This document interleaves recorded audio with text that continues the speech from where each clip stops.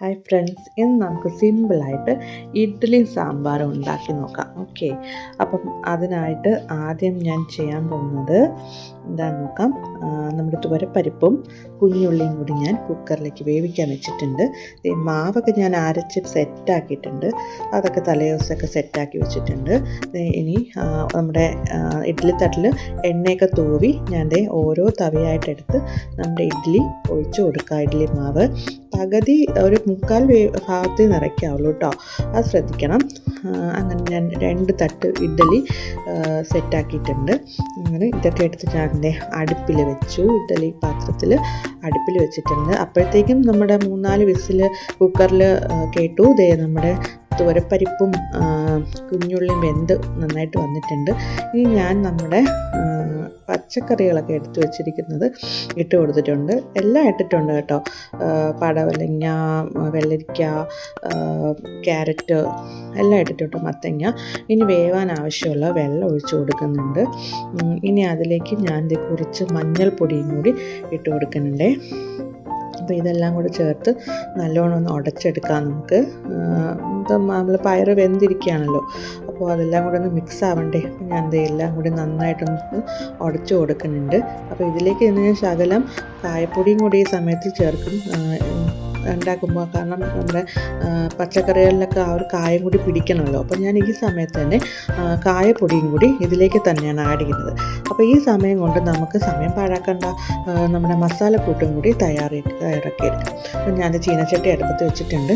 ഞാൻ ചൂടായപ്പം വെളിച്ചെണ്ണ ഒഴിച്ചു കൊടുത്തിട്ടുണ്ട്. അപ്പോൾ അതിലേക്ക് ഞാൻ വെളിച്ചെണ്ണയെല്ലാം നമ്മുടെ പൊടികളെല്ലാം മൂപ്പിച്ച് ചേർക്കുന്നത്. അപ്പോൾ പ്രത്യേക രുചിയാണ്. നമ്മുടെ കല്യാണ സദ്യക്കൊക്കെ ഉണ്ടാക്കുന്ന പോലത്തെ ടേസ്റ്റ് ആയിരിക്കും കേട്ടോ നമ്മുടെ സാമ്പാറിന്. അപ്പോൾ സാമ്പാർ പൊടിയൊക്കെ എടുത്ത് വെച്ചിട്ടുണ്ട്. നിങ്ങൾ ഏത് സാമ്പാർ പൊടിയാണ് ഉപയോഗിക്കുന്നത് താഴെ പറയണം കേട്ടോ.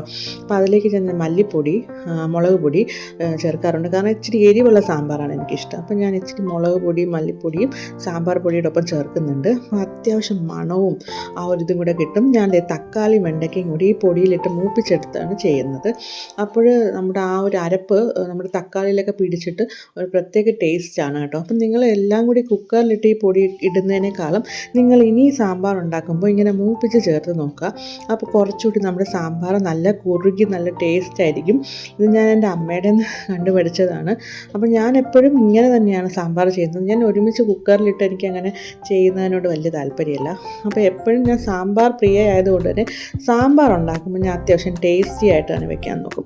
അപ്പം ഇതിനെ ഞാൻ അതിന് കൂടെ ശകലം കറിവേപ്പിലയും കൂടെ ചേർത്ത് ഇളക്കുകയാണ്. നമ്മുടെ അരപ്പൊക്കെ ഒന്ന് പിടിച്ച് തക്കാളിയിലൊക്കെ പിടിച്ച് സെറ്റായിട്ടുണ്ട്. ഇനി അപ്പോൾ നമുക്ക് അടിയിൽ പിടിക്കാണ്ടൊക്കെ നോക്കണം കേട്ടോ, കരിഞ്ഞു പോകരുത്. കരിഞ്ഞു പോയിട്ടുണ്ടെങ്കിൽ നമ്മുടെ സാമ്പാറിൽ അരപ്പിടുമ്പോഴത്തേക്കും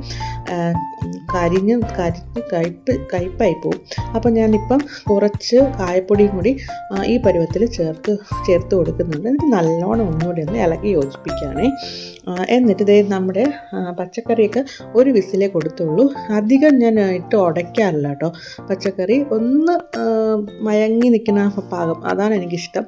എന്നിട്ട് ഞാൻ നമ്മുടെ അരപ്പ് സാമ്പാറിൻ്റെ കൂട്ട് ഇതിലേക്കൊന്ന് ഇട്ട് യോജിപ്പിക്കുകയാണ്. നല്ലോണം ഇളക്കി യോജിപ്പിക്കുകയാണ്.